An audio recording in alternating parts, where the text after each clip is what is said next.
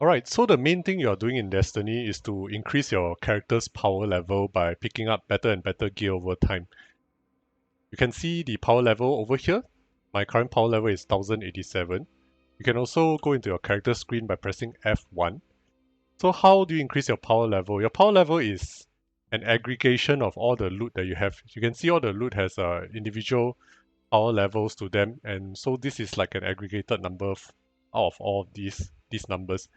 So for example, let's say am shooting some bad guys and then I pick up a better gun. Okay, this scout rifle with 1105 power level. When I equip it, you can see my power level go up. Okay, the same for this. So this is in essence what you are doing in Destiny. You're just killing bad guys and picking up better and better loot until your power level increases to the cap for the season, which is 1250 I think for this season. One thing to note is that blue gear and green gear, if you ever pick up any green gear, they are all trash and can be thrown away. But purple and yellow gear you should never throw away. So these guns are never useless because you can eventually infuse the trash guns with a high power level into a good gun with a lower power level. So what do I mean by that? Let me show you an example. So let's say I really like this gun, Hard Light. Its power level is now 1050. This gun 1095 is better. So what I can do is I can right click on Hard Light, okay, hover over this infuse button and eat this gun. You will need one upgrade module which you can get from the gunsmith in the tower, which I'll show you later. Okay, so let's just eat this to show you an example. Okay, as you can see now my Hard Light is now 1095. So as long as you have one copy of a gun that you really like, you can keep using it forever because later down the road you'll pick up better and better guns. And upgrade modules are pretty easy to come by. You can buy them from the gunsmith and by doing his bounties. Now the first thing you should do after you finish your tutorial is to open the director and visit this place called the tower. This is where all the NPCs are, and it's like a gathering hub for players in your server. So these things, as you can see, are teleportation points. So these are the places where you can drop in, and these are all the NPCs. Okay, I'm gonna go into the tower to let you have a look. Okay, so this is the tower. As you can see, other players are running around. For now, there's only 100 player. There are a few more. Okay, so the main thing you're doing in the tower is to go and talk to NPCs and pick up bounties. So for example, let's talk to Mr. Zavala here. Him and the gunsmith are the two main NPCs you want to look into. So when you talk to him, they should have this line called bounties. If you don't see this, you have to do some quest for him. Okay? So as you can see, I already picked up the weekly bounties, and let me just pick up something from Zavala. This one, defeat enemies with grenades. Okay, I'll just click on it. You can access your bounties by holding tab, going into quests. Okay, on the right side, these are all your bounties and you will track your progress. So what are bounties? Bounties are basically just things you do every day or every week to complete them and then just get a small reward.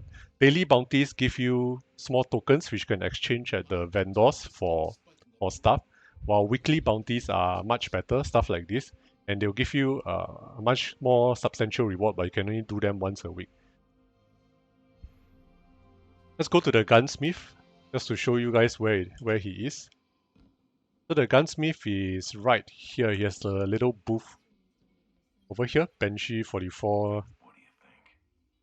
Okay, he has bounties as well. I would strongly recommend getting all the weekly bounties from at least the gunsmith and Zavala. And speaking of the gunsmith, you can buy the upgrade modules over here. You just need all these materials.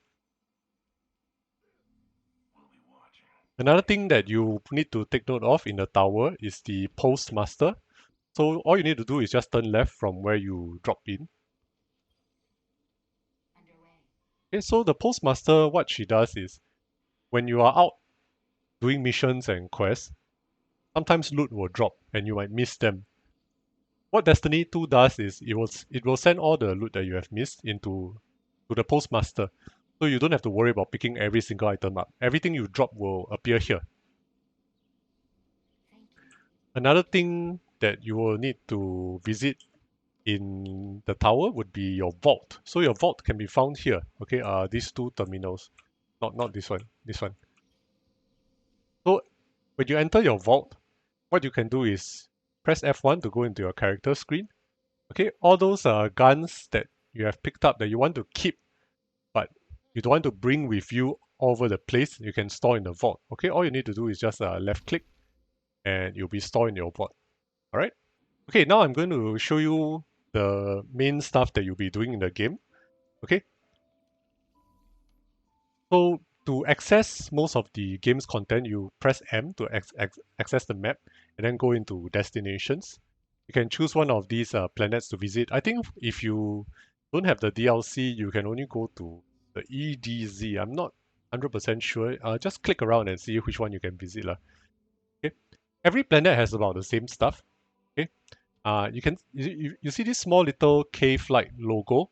These are lost sectors. You go inside, you beat up a bunch of guys, kill a boss, and you get some loot. There are also public events, which are just stuff that happens in the world randomly, and anyone who is nearby can take part in the public event. It's usually things like defending a drilling site or stopping people from invading a base or something like that. Just go there and then you will see a prompt that tells you what to do. So one more thing you can do in the world when you drop in is you can press tab and it will show you like all these icons. These little gray icons, right? They are most of them are patrols. So a patrol is like a mini quest of sorts. Okay, so for example, I pick up this patrol and it asks me to survey an area.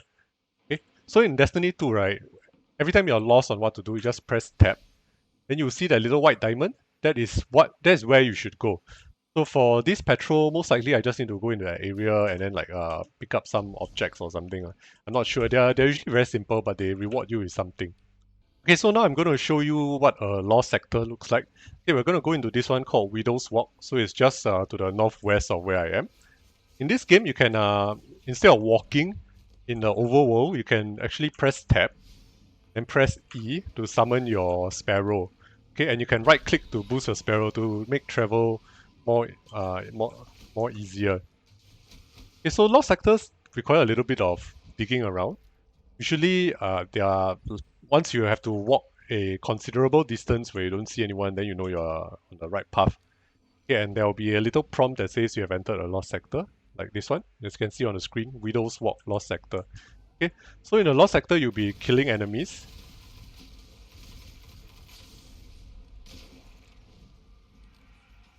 And eventually you will come to a boss. Okay, this is the boss. And after you kill the boss, you can open the chest, which you can see over there. Okay, let me just keep myself alive here. So in Destiny 2, right, there are two things. There are three kinds of weapons, okay? Go to a safe place first. Okay, you have your kinetic weapon, your energy weapon, and your power weapon. Okay, they are binded to 1, 2, and 3 respectively. So kinetic weapons are your like general purpose weapons that you can use them to just shoot people. Energy weapons are the same thing. Okay, they also just shoot normal bullets, but they have an element attached to them. So these elements are used for only one thing. You see this guy, he has a white bar below his health, right? Okay, that's a shield. So if you break a shield, if you break someone's shield with the right energy, as you can see he was glowing blue, so you will need electrical energy. If you break someone's shield with the right energy, it will cause an explosion. So I didn't cause an explosion because mine is a void energy. Okay, it's purple energy. Let me switch to a blue energy weapon so you can see the effects. Okay, so my gun allows me to switch elements, but most energy weapons cannot do this. Okay, so now I have an electrical weapon equipped. Okay, you can watch me shoot him and see his shield explode. Oh my god. Okay. Okay, you saw an explosion emanate from him. Okay, that's the effect of using the right element to shoot someone's shield. Okay, every class has different skills that you can use. Okay, so the class's main skill you can activate by pressing V. Alright, the Warlock main skill is Healing Rift. Okay, so when I press Rift, the Warlock will fire out a Healing Rift, okay, which will heal you over time. For Titan, he will draw a shield, I think, and then for Hunter, I think it's a dodge which reloads your weapon. You can change your ability by going into your character screen and choosing one of these subclasses, okay?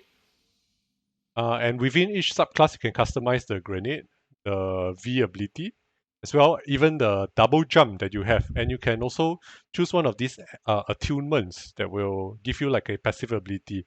So just take your time to read through them and see which one suits your playstyle the most. Now the final thing I want to talk about is strikes. To access strikes, you can either go into an individual planet and choose one of the strikes you want to do. For example, this one. Okay, they are all denoted by these symbols. You can ignore this thing. These are the rates, which you will need like 6 people. Or more easily, you can go into Vanguard and choose a Vanguard strike. So this will give you a random strike, and you will need to do this to fulfill your gunsmith weekly bounties. There is a more difficult strike called a Nightfall. Okay, but you can only do this once your power level is up at the recommended level. So strikes are basically like a simple one-off activity where they teleport you to a stage and you kill a bunch of enemies, fulfill a bunch of conditions, and then fight this final boss with 2 other people. Okay, when you die in a strike, it's fine. You can be resurrected by your teammates. But if all of you die, then you have to restart from a checkpoint. Strikes take about 15 minutes to finish. Okay, and when you launch a strike, you will see that it will start matching you with people. So you don't actually have to have like friends to play with you. As you can see, it's searching for guardians. Okay, I'm not going to go into a strike. Okay, yeah, that's all for the tutorial. Anything you don't know, you can just PM me.